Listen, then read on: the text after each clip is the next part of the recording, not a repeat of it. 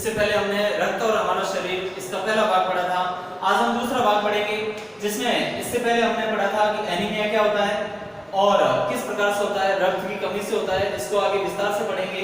इससे पहले हमने पढ़ा है कि रक्त के दो भाग होते हैं, प्लाज्मा और आरबीसी, डब्ल्यूबीसी और बिंबाणु। लाल रक्त कणिकाएं, श्वेत रक्त कणिकाएं और बिंबाणु। अब हम पढ़ते हैं। देखो, जब स्लाइड लगाकर दी तो उसमें बहुत सारे कण देखकर वो अचंभित हो जाता है। तब डॉक्टर दीदी बोलती है, हाँ दीदी बोली, लाल रक्त कण बनावट में बालूशाही की तरह ही होते हैं, गोल और दोनों तरफ अवतल यानी बीच में से दबे हुए। रक्त की एक बूंद में इनकी संख्या लाखों में होती है। रक्त की एक बूंद होती है, उसमें भी आरबीसी, डब्ल्यूबीसी और बिंबाणुओं की संख्या लाखों में होती है। तो यहाँ पर आरबीसी की बात की जा रही है कि वो भी लाखों में होते हैं। यदि हमें 1 मिलीलीटर रक्त लें तो उसमें हमें 40 से 55 लाख कण मिलेंगे। 1 मिलीलीटर, 1 ml जो यदि खून लें तो उसमें 40 से 55 लाख तक कण मिलेंगे। इनके कारण ही हमें रक्त लाल रंग का नजर आता है। लाल रक्त कणिकाएं उपस्थित होती है यानी आरबीसी उपस्थित होती है। इस कारण से हमें खून का रंग लाल दिखाई देता है। ये कण शरीर के लिए दिन रात काम करते रहते हैं। सांस लेने पर साफ हवा से जो ऑक्सीजन तुम प्राप्त करते हो उसे शरीर के हर हिस्से तक पहुंचाने का काम इन कणों का है। आरबीसी का काम होता है हमारे अंदर जो ऑक्सीजन अपन गैस ग्रहण करते हैं वो शरीर के हर हिस्से तक पहुंचाने का काम करता है लाल रक्त कणिकाएं। इनका जीवन काल लगभग 4 महीने का होता है। 4 महीने के होते होते ये नष्ट हो जाते हैं, लेकिन एक साथ नहीं, धीरे धीरे। 4 महीने के होते होते ये नष्ट हो जाते हैं। 4 महीने तक ये जीवित रहते हैं, फिर नए बनते हैं। तो इस प्रकार से कुछ आज, कुछ कल और कुछ उससे अगले दिन, इस प्रकार से धीरे धीरे नष्ट होते हैं, एक साथ नहीं। तब तो कुछ ही महीनों में ये खत्म हो जाते होंगे। अनिल ने कहा, अनिल ने ये सवाल पूछा तो तब तो ये इस प्रकार से धीरे धीरे कुछ महीने बाद में सारे खत्म हो जाते होंगे।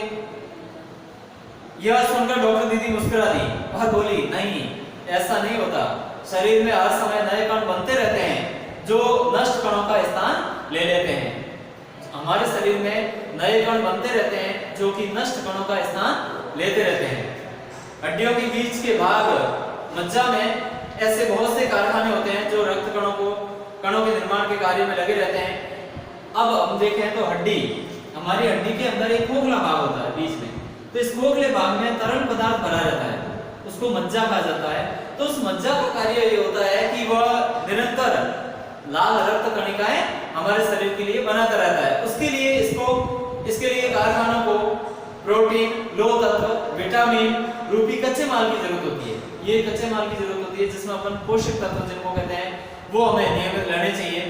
ये पौष्टिक आहार लेते हो, हरी सब्जी, फल, दूध, अंडा, गोश्त में से ये तत्व उपयुक्त मात्रा में होते हैं।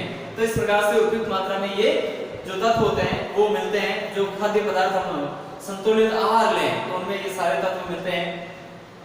यदि कोई व्यक्ति उचित आहार ग्रहण नहीं करता तो इन कारखानों को आवश्यकता अनुसार कच्चा माल नहीं मिल पाता है। नतीजा यह होता है कि लाल रक्त कण नहीं बन पाते हैं और रक्त में इनकी कमी हो जाती है। इन लाल रक्त कणों की कमी को ही एनीमिया कहा जाता है। लाल रक्त कणों की कमी को ही एनीमिया कहा जाता है। तो क्या संतुलित आहार लेने मात्र से हम एनीमिया से बच सकते हैं? अनिल ने फिर सवाल किया। अनिल ने फिर पूछा, तो क्या हम संतुलित आहार लेने मात्र से एनीमिया से बच सकते हैं?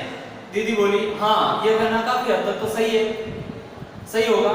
यूं तो एनीमिया बहुत से कारणों से हो सकता है, परंतु हमारे देश में इसका प्रमुख कारण पौष्टिक आहार की कमी रहती है। हमारे देश में देखा जाए तो एनीमिया का मुख्य कारण रहता है संतुलित आहार या पौष्टिक आहार की कमी। इसके अलावा इस रोग का एक और बड़ा कारण है पेट में कीड़ों का हो जाना। पेट में कीड़े भी हो जाते हैं। जैसे अपन एल्बेंडाजोल गोलियां लेते हैं कृमि मुक्ति दिवस पर, जो कि 14 फरवरी को मनाया जाता है, तो उस दिन हम क्या करते हैं, जो गोली लेते हैं, इस कारण से हमारे पेट के कीड़े सारे साफ हो जाते हैं। तो ये पेट में कीड़े हो जाना, ये कीड़े किससे फैलते हैं? प्रायः दूषित जल और दूषित भोजन से फैलते हैं।